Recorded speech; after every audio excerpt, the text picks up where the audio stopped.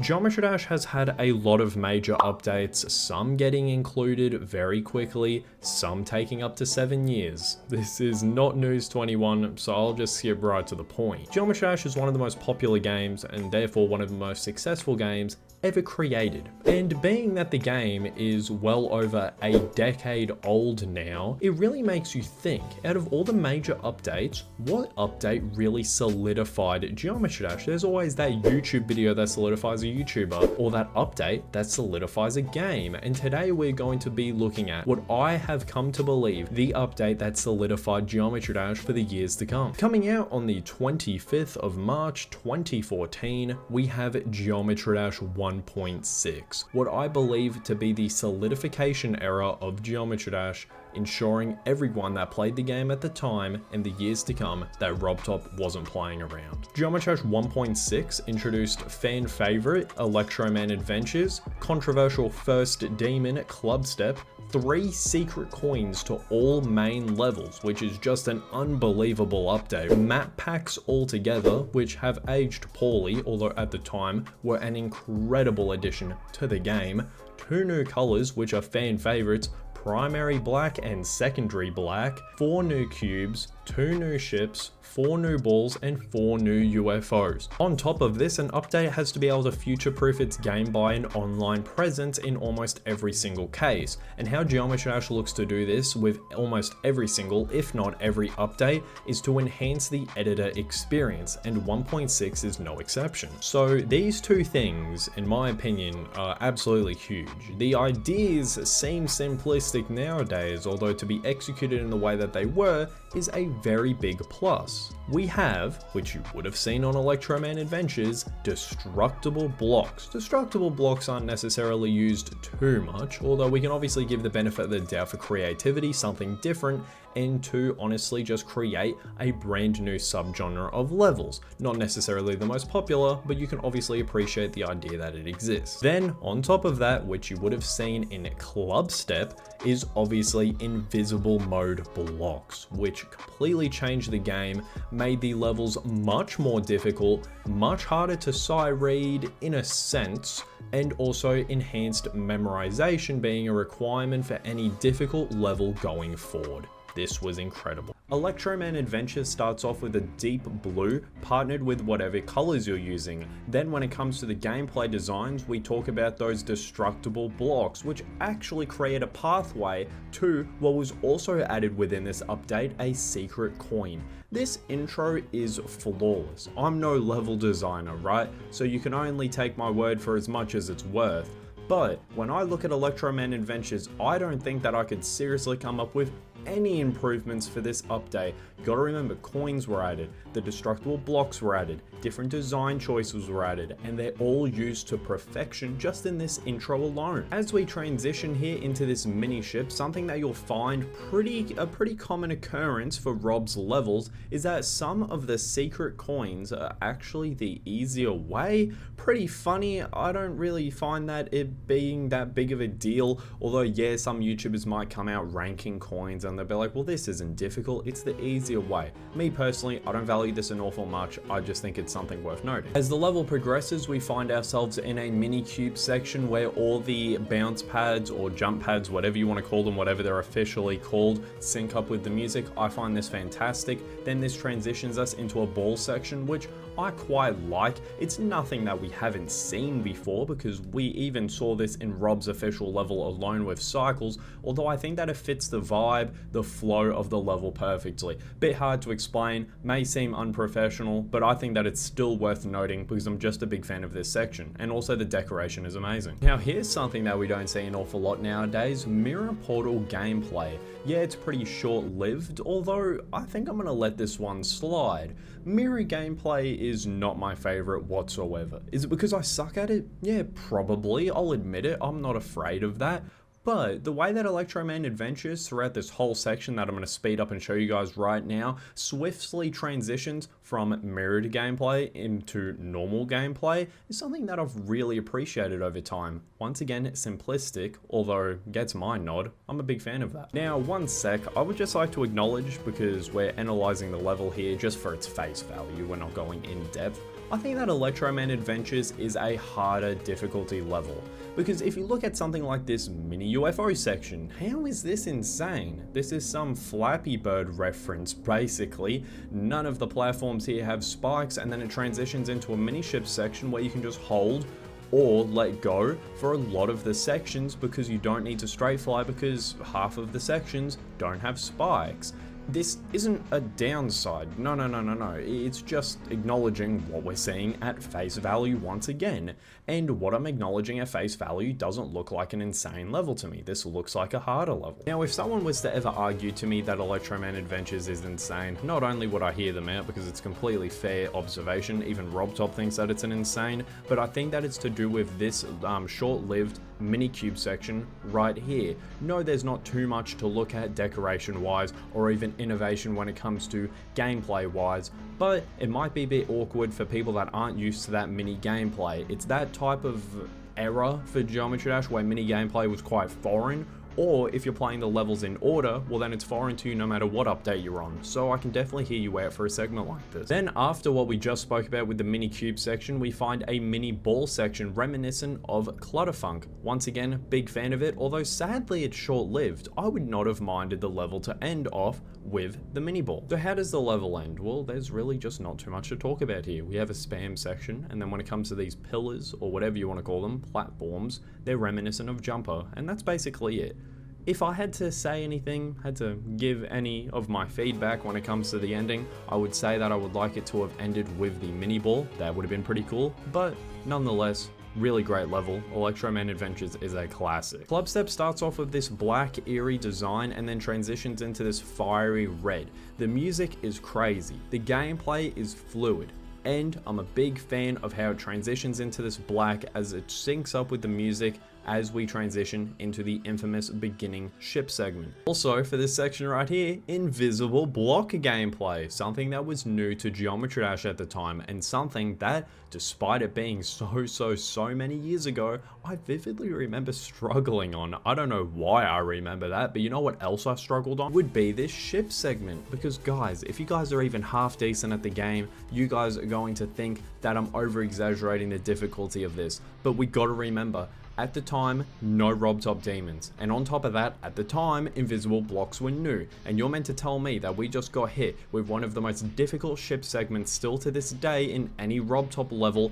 partnered with invisible blocks. Oh my goodness, back in the day I wanted to punch my iPad, man. This segment really tilted me, but that's kind of the purpose. RobTop's levels have insane, memorable gameplay once again. Awesome. Big fan of this ship segment right here. And by either choosing to straight fly or holding and letting go at some moments, we get spat out into another orb spam section.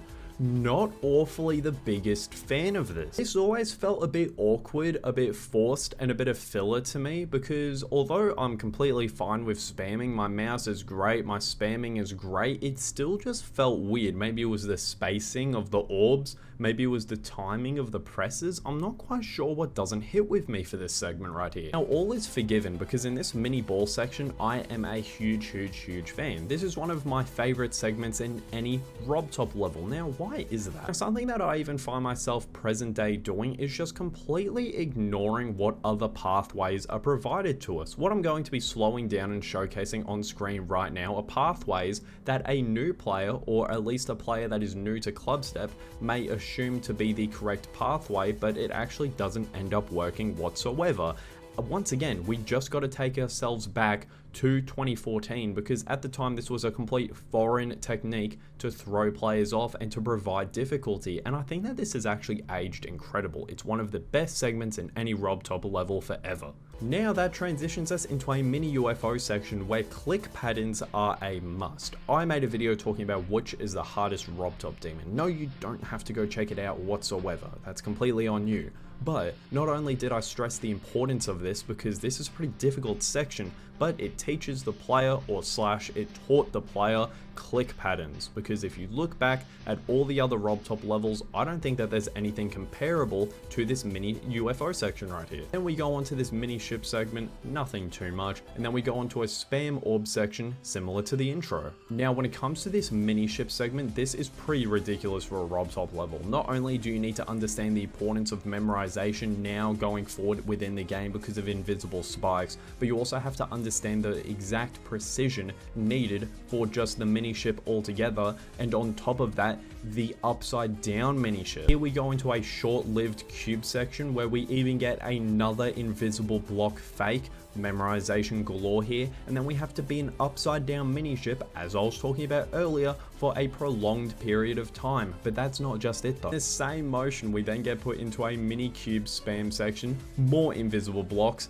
and then more fakes with the mini ship. The ending of Club Step has no care in the world for an easy ending. Now, something that I've made sure is an ending segment for all of these update-esque videos. We are going to discuss the most iconic levels, in my opinion, that were either modified for 1.6 or created in 1.6. So let's go. We have Ice Carbon Diablo X, Demon Mixed, Club Step V2, Silent Club, not Silent Club Step, and PG Club Step. Those are the levels that I'm going to be choosing to end off the video. All of these levels have inspired creators for 1.7, 1.8, 9, 2.0, 2.1, 2.2 and onwards, and this is a decade old. These levels are a decade old, so to be able to inspire the next level of creators, the next benchmark, is truly something that helps the case of this update being the solidification update for Geometry Dash. The Geometry Dash community is no stranger to in-depth conversations in terms of level difficulties, specifically Rob Top levels. You may find conversations about Dash potentially being too easy for its insane rating, just like I made a video on, or maybe Electroman Adventures being too easy for its insane rating, or even the occasional suggestion that Hexagon Force should be a demon. Although, there's one level that has been a complete war to this day, with the community still not knowing what to agree on. Update 1.7 was the 7th major update in Geometry Dash. It was released on the 21st of May 2014. This update introduced the most conflicting Rob Top level to date, Electrodynamics. Now of course, 1.7 introduced a lot more than just Electrodynamics that has impacted the game to this very day and will continue to do so, although this video is just going to specify Electrodynamics, as I believe it will make for a very clean and sophisticated video. Now, once again, this update came out over a decade ago, so just to refresh everyone's memory, including myself, we're going to go through what Rob rated his own levels. At the time of 1.7, Stereo Madness wasn't easy, Back on Track was normal, Polargeist was hard, Dryout was harder, Base After Base was harder,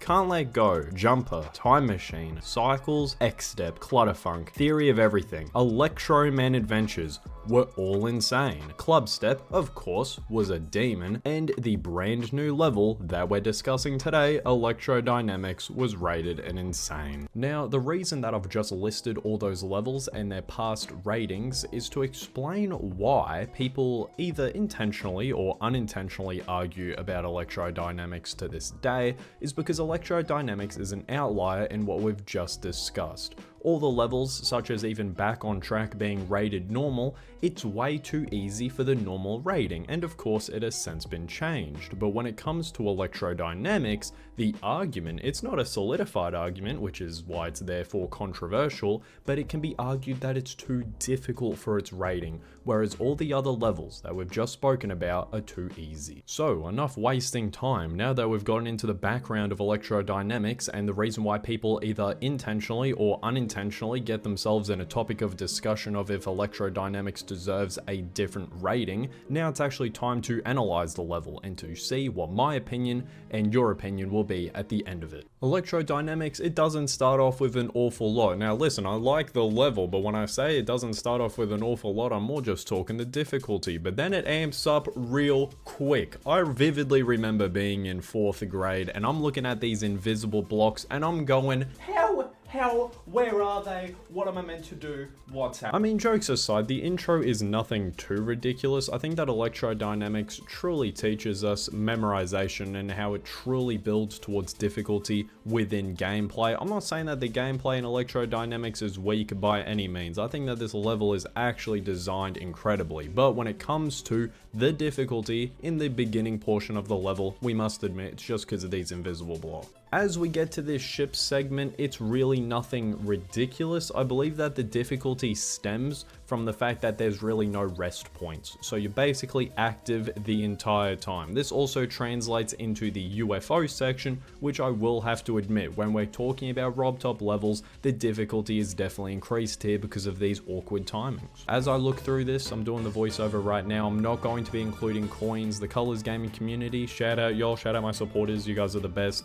You guys over the months have kind of persuaded me to be like, yo, coins aren't meant to flow in most cases, and they're meant to just be petty when it comes to the difficulty. So I'm not going to be including them. Hope you'll understand that. Then after the UFO, the level starts to get active. We're going upstairs. We're going downstairs. No, we're not done yet because you got to spam with the orbs. And then after that, we're switching gameplay, which we're also going up and downstairs. It's a fair bit of memorization here on electrodynamics. And now that I'm analyzing the level, much more memorization than I originally once thought. Now, this is it. The most controversial segment in any RobTop level, probably of all time, and will forever remain this way. We're going mini ship into normal ball, into mini ship again, into mini ball, memorization as well, kind of spammy orb gameplay at times, and it's all 3 times speed. This is not slowing down one bit. Now, while we're here, right, on this segment of the level, I'm going to tap in with the community, the Colors Gaming community and the Geometry Dash community, and whatever you consider yourself a part of. So when it comes to this segment, right, the mini ship into the ball,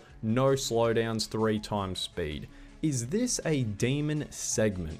Now listen to my wording here, y'all. If you guys are daydreaming out of your window, eyes on the damn screen, alright? Is this segment a demon? Is this segment a demon? Because I'm not asking you, does this make the level demon? Is this segment demon? Because I think the answer is an obvious yes, but that's just my opinion. Now, this is going to seem like I'm over-analyzing, but hear me out on this. This little pad section right here, right, the blue pad section, I believe that this little fraction of time actually makes the ending of this level much easier. Now, listen to me, everyone. Listen. That little bit of time allows your brain to recoup and to be able to get your next segment into the mind, because Geometry Dash is memorization, right? You're not going into a level like electrodynamics blind, especially if you're a new player, right? So this little bit of recuperation, I guess you could say, we're using some big words today, could be the make it or break it on how well you adapt to the next segment, which isn't easy, and we're going to get into that now. Yo, I'm patting myself on the back. Yo, my second monitor has the word recuperation up right now. I low-key used it properly. Okay, so as I'm making this video, right, I'm hyper-analyzing electrodynamics. One thing that I had no clue is that from the most iconic segment of this level, this segment that I came to the agreement on that is a demon-esque segment, from that part to the very ending, there are no slowdowns in speed. There's no slowdowns at all. You are carrying a 3 times speed pace throughout this percentage that I'm going to be putting on screen right now to the very ending 100%. That has to be accounted towards when it comes to the argument of what difficulty electrodynamics should be. Now, with that said, that also means that the very ending of this level is 3 times speed. There's a lot of gravity changes, and the way that the camera is positioned within this level, so as the blocks, you are about to experience a fair bit of blind jumps, therefore even more memorization near the ending of the level. So this is in the territory where it's 100% going to be a choke point. Now, to finally end electrodynamics for the last segment, at least in my opinion, we awkwardly transition into not only a ship, but a normal sized ship. Now, why did I specify normal? Well, because if we take a look back for the previous segments of the level, we've been using the mini ship on the exact same speed. So that means that this adds another layer to what the player needs to be able to adapt to and memorize and keep composed, considering that this is the last couple percentages of the level. This is absolutely ridiculous for a RobTop level. And then after that, I mean, the level's done. So now let's take a further look back onto the level as a whole and to come to some conclusions. So how we're going to analyze electrodynamics to cap off today's episode is just by splitting it up into segments that you would almost, for the majority of new players, split up into practice segments to make sure that you can almost get the level down pat. So for example, I'm going to split 0%, so the very beginning of the level of course, up until 25%. Now I believe that this segment is easily an insane. It teaches us memorization and quick change of speed, and that's realistically it. I believe that there's no awkward gameplay, it's quite relaxed, and after you realize what invisible blocks do and what their purpose serve, this should be quite a swift beginning to electrodynamics. When it comes to the next segment that I'm going to be analyzing, roughly 25 to 43%, we have the ship, and as I argued in the beginning, it is quite a awkward ship, especially for new players, considering that I would be under the assumption that you haven't played a lot of online levels. There's not a lot of rest periods, if not at all, apart from the segment that I'm going to be showing on screen right now. That means that you have to include momentum and memorization and composure within the difficulty, although with that said, this is still definitely an insane and not even excusable to be considered a demon. Then after that, you have the UFO section with quite some awkward timings for new players, although this is made up for when it comes to the ease of difficulty by the mini UFO section, which I believe and countless others would argue that it is much easier than the normal UFO section. Once again, we find ourselves with an insane difficulty here. As we ease ourselves out of the mini UFO section and just the section that we were just talking about, we go upstairs and downstairs on numerous occasions throughout multiple game modes, although the way that it has been built by RobTop is quite genius with the way that the level flows. This therefore means that the difficulty is not that much inclined to be demon, well realistically at all. I would go as far as to say that this segment isn't even insane to begin with. It's quite filler when it comes to the build up of the next segment that you obviously have seen previously within this episode. And that of course would be the 3x speed, which carries out throughout the duration of the rest of the level as previously discussed, although we're just going to include this segment right here until we get to the buffer period, until the, as what I've come to believe, the ending segment of the level. Now of course, as previously discussed, so I'll keep it short, I am easily inclined to believe that this segment is demon. The fact that you have to carry a 3x speed pace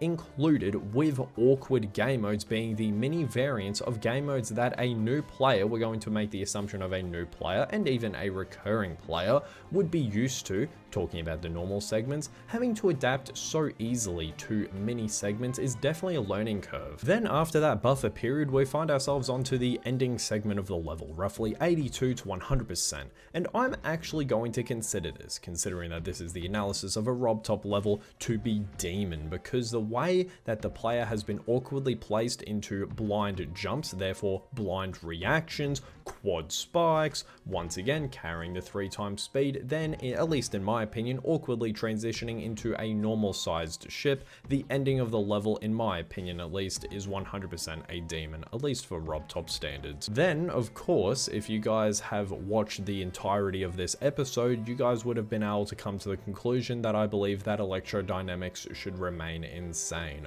Although the purpose of this episode was to shine light on the fact that it divided the community, therefore I'm not really helping anyone, because I guarantee you that there's going to be people, justifiably so, within my comments section saying that they do believe that electrodynamics is a demon. New Geometry Dash updates don't come out very frequently, so when they do, it's safe to say that at least in the sphere that Geometry Dash is a part of, it breaks the internet. I mean, as of making this video, 2.2 is not that old, and we're actually expecting 2.21 to release soon with a brand new demon. Good things are up ahead. Although, when it comes to the big updates, what do you hear about? Oh, 1.9, it added the wave, or maybe 2.0, everything felt alive, or even 2.1, where everything got changed by the looks of it. Or most notably, as the memes for the 7-year wait kept on continuing, 2.2, where literally a bunch of stuff got added and the game was forever changed. But there's one update that I'm going to discuss briefly today that I truly do believe needs the light. It needs to be spoken about more, and that is Geometry Dash 1.8. Now, it's not ridiculous to say that if I was to ask the question, which I will, most of you guys wouldn't really be able to give a solid answer. And the question is, what was added in 1.8? What was changed? What did the game look like? Would you be able to tell me a good answer? I wouldn't blame you if you said no, because honestly, before the research went into this video, I couldn't really answer that question thoroughly myself. Geometry Dash 1.8 was the 8th update to release in Geometry Dash. It was released on the 7th of August 2014. Now when it comes to which icons were added, you can actually destroy icons on the main screen, which is a little fun thing that I do every now and then whenever I get bored. And then when it comes to the actual numbers, 4 new cubes were added, 2 new ships, 1 new ball, and 1 new UFO. And also there were 2 new colors added. I say 2 new colors, even though they look exactly the same. This is just because one's primary and one's secondary. And we'll definitely be explaining this later in the video, but I'll just mention that it was added. The duel mode was added, which I still suck at to this day. 2-player mode was actually added in this update, although would not gain popularity, despite it not being that popular even to this day, because Geometry Dash was actually not even on Steam at the time. So what are you gonna do? Play 2-player on the phone? And phones at the time were small? We're talking 2014, by the way. Yeah, I don't think so. Now, when it comes to the difficulty of the levels, they looked fairly different at the time. Back on Track was a normal, Poltergeist was a hard, Dry Out and Base After Base were both harder, Can't Let Go, Jumper, Time Machine, Cycles, X-Step, Clutterfunk, Theory of Everything, Electroman Adventures were all insane. And then Electrodynamics and Hexagon Force, the brand new level which we will discuss soon, was also an insane. Now, something that we'll touch on later in the video, but once again, I'll just acknowledge it because this is a list of things that were added, was the editor preview mode, which is play testing your levels instead of actually going into the menu and clicking play. You can just do it with the brief gameplay method. Now, before we get into Hexagon Force, there's some little changes that were made, such as the settings, and I'll just flick up a screenshot right now. Flip 2-player controls, always limit controls, increased max undo redo, and disable explosion shake. Hexagon Force's start is pretty simplistic, although the color scheme that they use has gone on to just become iconic, I guess. I don't know, poor choice of words, but you get the idea. Whenever people see these type of colors mixed up, they're thinking of Hexagon Force, so I guess that's a positive. Also got to remember that slopes have been added within 1.8, so obviously that's going to be a design choice even when it's deemed as unnecessary, I guess. It doesn't look bad, although this isn't a part of the gameplay, it's just kind of there. Then once we get to the ship, it goes 2-speed, and although that this is very easy and nowadays simplistic, at the time this was ridiculous because once again, slopes were added. This is going to be the last time I discuss it, just going out of my way to talk about it,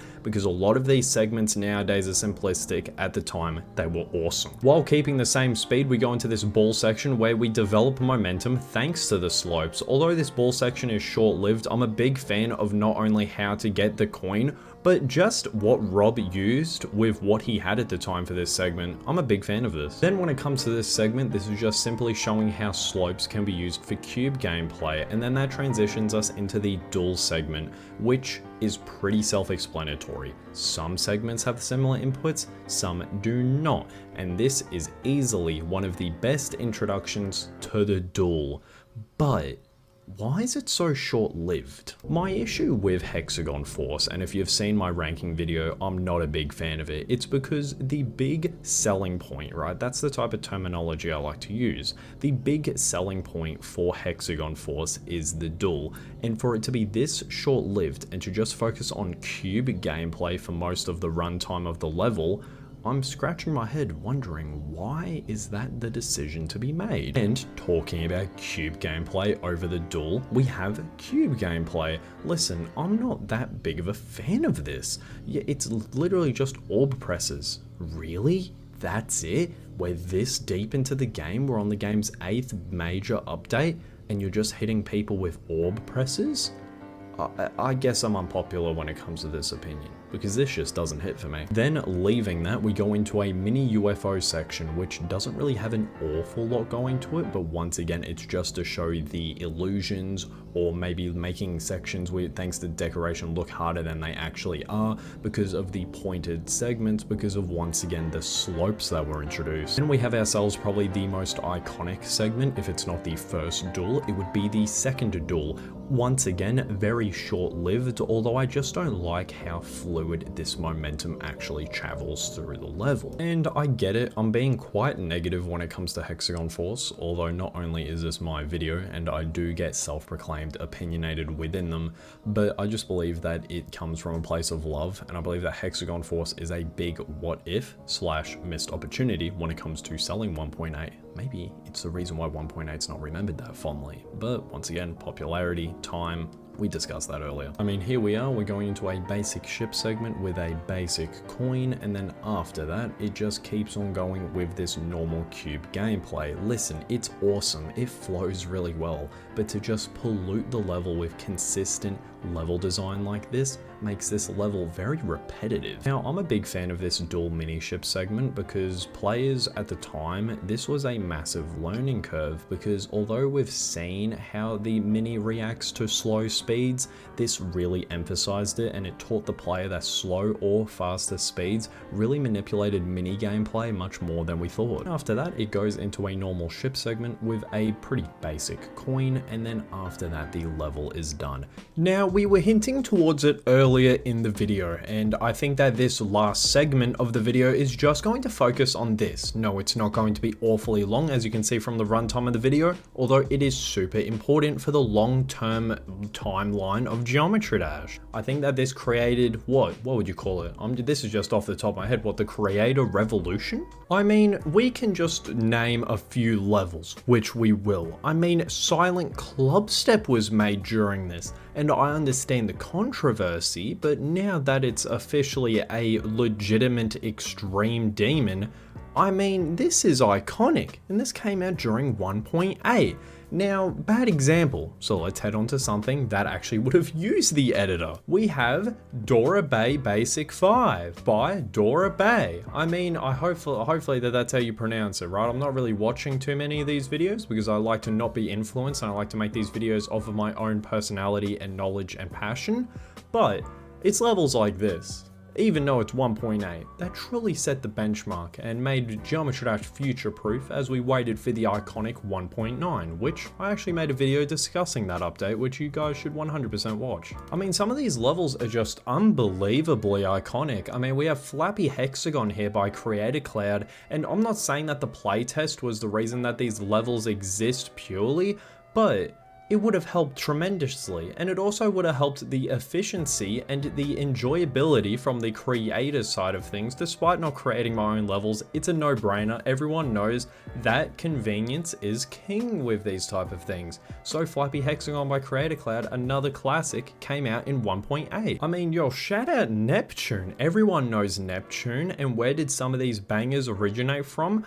1.8, because although in my opinion the most popular level from Neptune off the top of my head, TOE2v2, was obviously 1.9, to be able to develop a basis with the editor, get nice and familiar, and still keep that same passion thanks to the convenience of this update, made Hexagon Force v2 a thing. And we're also not done with Neptune. Now, why is that? Because we also have simplistic levels, although by the same creator Neptune, such as Polargeist v2, and I love this level as well. Simplicity is not necessarily king. Convenience is king when it comes to what we're talking about, although simplicity is just personal value. I mean, I just love these levels.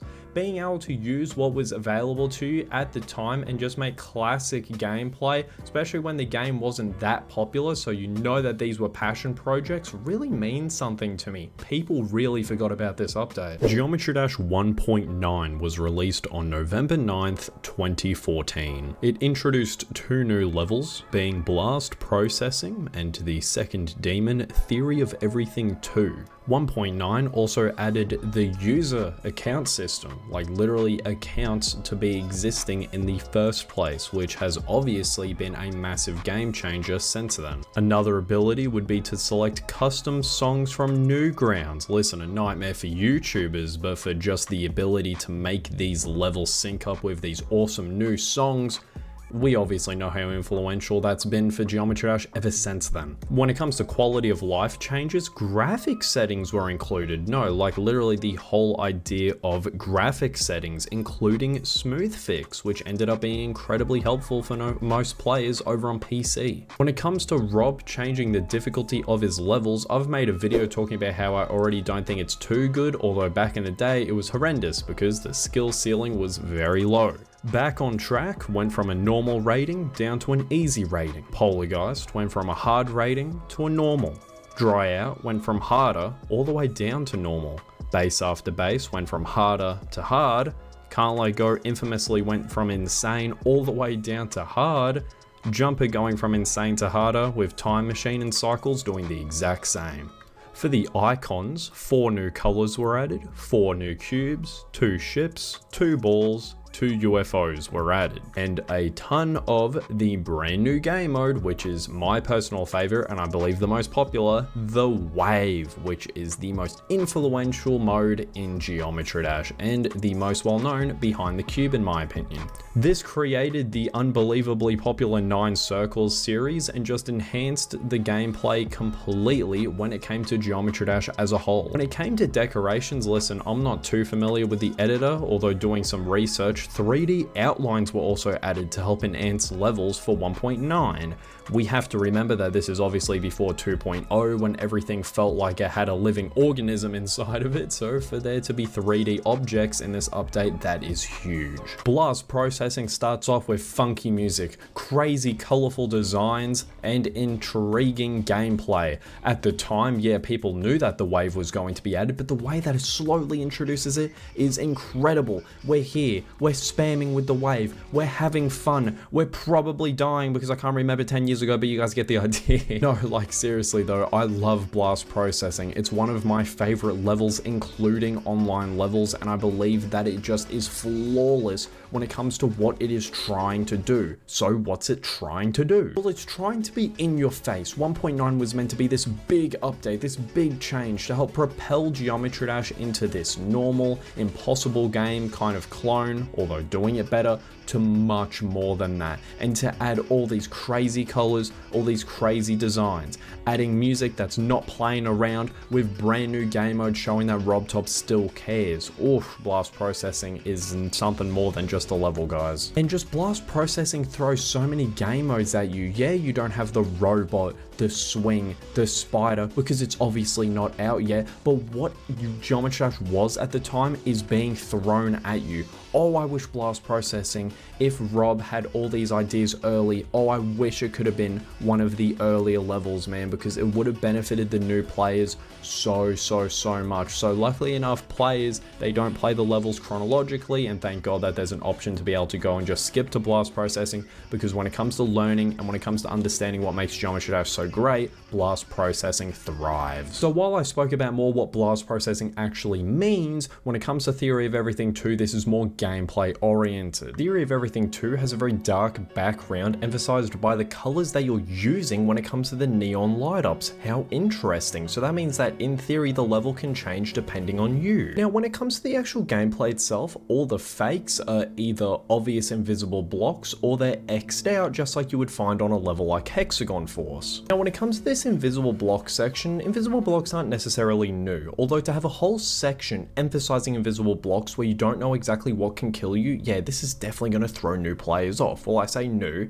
in the grand scheme of things, as this is one of RobTop's to this date last levels. I wouldn't necessarily say it's hard, it's actually more memorization, believe it or not. Not because you can't see the cubes, no, it's obvious, right? It's more just what can kill you and what can't, and developing a click pattern flow, which is quite a recurring theme here on Theory of Everything 2, click patterns. Discussing click patterns, this UFO is literally a click pattern, and then it transitions us into a very easy ball section where once again, all the fakes, anything that can kill you, is greatly X'd out. So thank you RobTop for that. This then puts us into another click pattern UFO where we go from the normal sized UFO into a mini UFO, really chucking everything at us when it comes to 1.9 so quickly in the level. Now this cube section here has a lot of things going on. All the spikes are so colorful. We were talking about the 3D outlines, well they're being used here. We were talking about the fakes earlier, they're being used here. And this whole section is a memorization section as well. Now this ship section is not playing around at first. You really need to know how to control the ship. If you hated those sections on Club Step, you're going to hate this section, so it's time to lock in. Then after surviving that, it's just like what we were talking about before the ship. More 3D outline cubes, a bit of memorization, and ensuring that we quickly transition smoothly into the brand new game mode. I mean, just before we get to the gameplay, can we listen to the music just a little bit? Listen.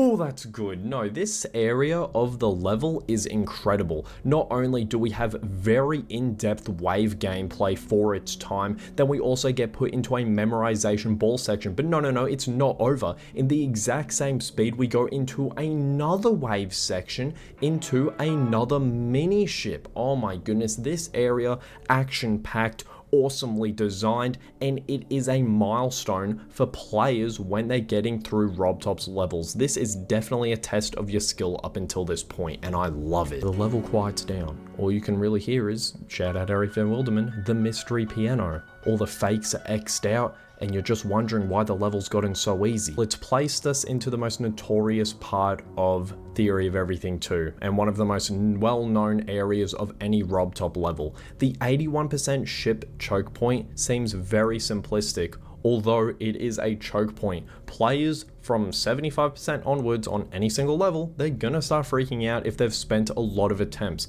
Then as we exit the choke point, we have only a couple jumps, obviously taking the coin path because it's the easier way. After that, we have an oddly easy mini UFO section. Yeah, it does look hard, but am I the only one that thought that this was very easy? Even back when I was a new player all those years ago. And we get put into a mini wave section that I vividly remember somehow dying on when I was younger. Yeah, no, I literally came to school saying to everyone that I got 95% because everyone at the time was playing this game.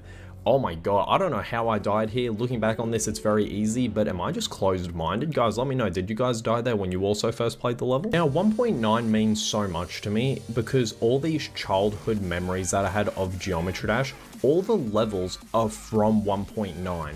All these extra additions when it came to the creation of levels finally developed the community that we know today, basically. I mean, we got 9 circles with 50 million downloads and 2.8 million likes. And then we go into a level like Jawbreaker with 10.5 million downloads and just over 600,000 likes. No, these levels are absolute bangers. I remember completing them like 6 years ago for the very first time, and these are just the best milestone levels for anyone that's really trying to get good at the game. We have a bit of lesser known levels in the grand scheme of things, although what I seriously consider absolute bangers, absolute classics like Astronaut 13, which I recently made a video on. No, you don't have to go check it out. I'm just talking about it because it's 1.9. I love this level to death, and this has one of the best tunes in the game with the Astronaut Ruckus remix. Oh my god, it's amazing. 1.2 million downloads, 100,000 likes, millions of views over on YouTube. This level is just another banger. Once again, another level that I've made a video on, but no, you don't have to go check it out because today is just a passion project when it comes to Geometry Dash. Theory of Everything 2 version 2 by Neptune, 4 million downloads, 180,000 likes. One of my favorite videos on YouTube is Eric Van Wilderman playing the level because of how inspirational it was for me at the time, because I was just getting into Geometry Dash and knowing that one of my favorite content creators rather than professionals can still push through and complete a level like this. And all these levels are 1.9. Truly shows you the influence this update had on the community and how it developed all our favorite YouTubers basically into who they are today. Wow, this update was something. Geometry Dash 2.0 was released on the 26th of August 2015. 2015. This update came with 4 new colors, 16 new cubes, 7 new ships, 8 new balls, 8 new UFOs, 12 new waves, and a whole new game mode called the Robot with customization with 6 designs for that. And as a side note, 2 new trails were added, which is the first time that extra trails were ever added in an update. When it comes to the big changes, we'll get to the little changes, but when it comes to the big ones, we have 2 new levels, Geometrical Dominator and a brand new demon level, which is the last demon that we've yet to receive from RobTop as of making this video, Deadlocked. Furthermore, we have the Robot game mode, which we previously hinted towards, moving objects, custom objects, teleportation portals, user coin system, user profile pages, friend and messaging systems, friend leaderboards, over 50 new achievements. Now, as I've mentioned, when it comes to a lot of my previous videos, I'm not too familiar with the editor, so this is just going to be completely script when I mention what I'm about to mention. Toggle, alpha, pulse, and spawn triggers were added.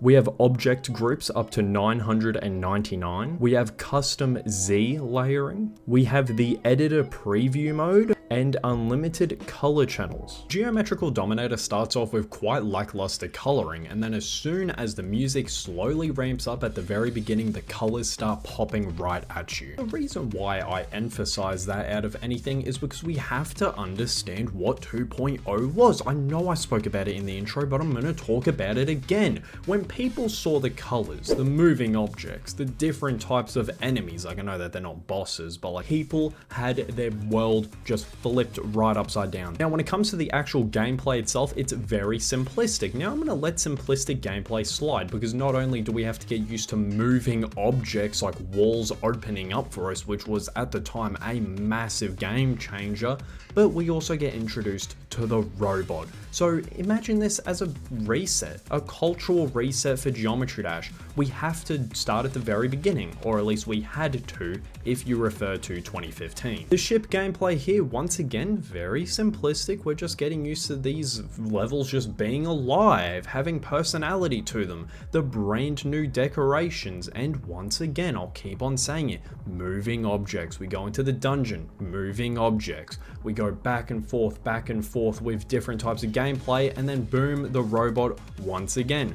Rainbows everywhere, colors everywhere, the music's going crazy, the coin selections are awesome. I'm a big fan of the coins on this level. And overall, this level, I mean, it's outrageous. It gets a pass for looking like a magic tab level because purely that's simply what it's meant to be. It's meant to be outrageous. It's not meant to make sense. I mean, look at this. Why are there black and white bars moving across the bottom here? Has anyone even acknowledged that in a video before? Listen, the gameplay, I can't specifically break it down because this isn't a level like Deadlock. This is just a harder level overall, but something that everyone hates on this level by the sounds of things is what's about to come up. This section right here is easily the most memorization when it comes to RobTop's levels. It's not necessarily difficult in my opinion. People overrate the difficulty, although what it was for the time and new players, because how would new players be able to experience what it was before they even played the game, of course, this invisible area, I like to call it invisible, I don't even know if that's the right term, it really has people on edge. People don't know if this level deserves insane because of this whole segment alone. I personally don't think so, but the fact that it's an argument is crazy. After we leave that super polarizing section, we have a nice little wave, and then after that we have a key system to be able to unlock the moving objects, similar to this area with the ball. Watching YouTubers playing this area for myself, I was blown away. 2.0 was crazy with the shock value that I had at first play. And we have this ship segment, once again, an awesome coin to end off the level, and then we have a robot just to solidify the gameplay to make sure that it could be a choke point, but it's more just to say that it used the robot more and more because it was new at the time. Deadlock starts off with some pretty simple cube design and then hits you straight away with a mini wave. Unheard of, right? But no. Then we also have green rings, but I'm just going to call them orbs, which they're unofficially called because why would you call them rings? They don't even look close. On top of that, we also have to get used to teleport gameplay, which I'll mention later down the line in this video because I am pretty strong on why teleports are used differently nowadays. Then this transitions us into one of the most controversial parts of a RobTop top level, which is the beginning wave,